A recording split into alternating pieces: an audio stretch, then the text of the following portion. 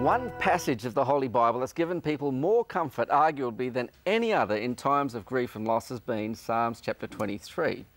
And tell us how it starts. What's it about there, Sarah Jane? Well, in the beginning, the first line is, "The Lord is my shepherd." And you think of shepherds way back in the day.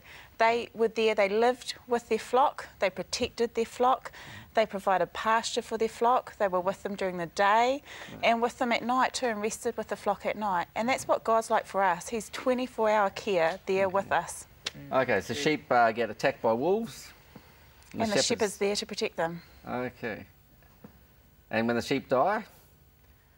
Well, the shepherd's there Okay. Pick up the pieces. to pick up the pieces and right. still there to take care of the rest of the flock. Okay, so whatever situation the sheep find themselves in? Yes, the shepherd is there. And it's of benefit to the sheep? It is.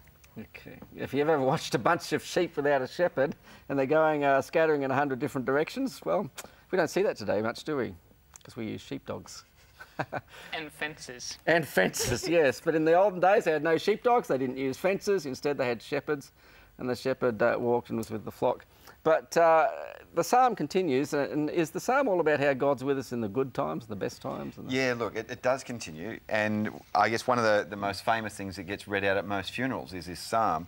And verse 4 says, "Yea, though I walk through the valley of the shadow of death, I'll fear no evil, for you are with me."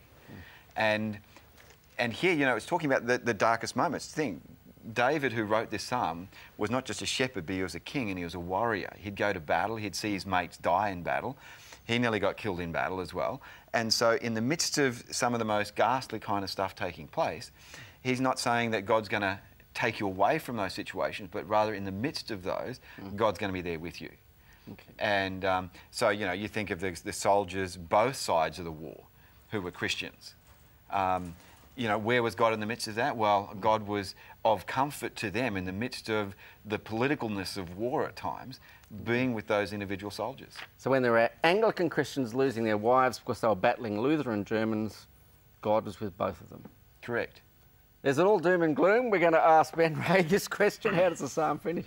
It's not all doom and gloom. That would not be a balance of life. And the Bible actually gives us this beautiful promise that God intends to not only be with us, but there are times for God's people where there's unmerited favour poured out on them. And that, in real terms, that means extra goodness coming into the life of someone with God on their side. So let me read it. It says, "You prepare a table before me in the presence of my enemies. You anoint my head with oil. My cup overflows. Surely goodness and love will follow me all the days of my life, and I'll dwell in the house of the Lord forever."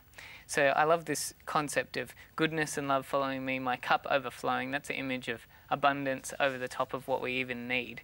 And so even though, yes, in life we all have hard times, God also promises that He's going to put out His extra favour and blessing on our lives. We're going to have times of abundant overflow as well. So whatever you're going through, it's always going to be better with God.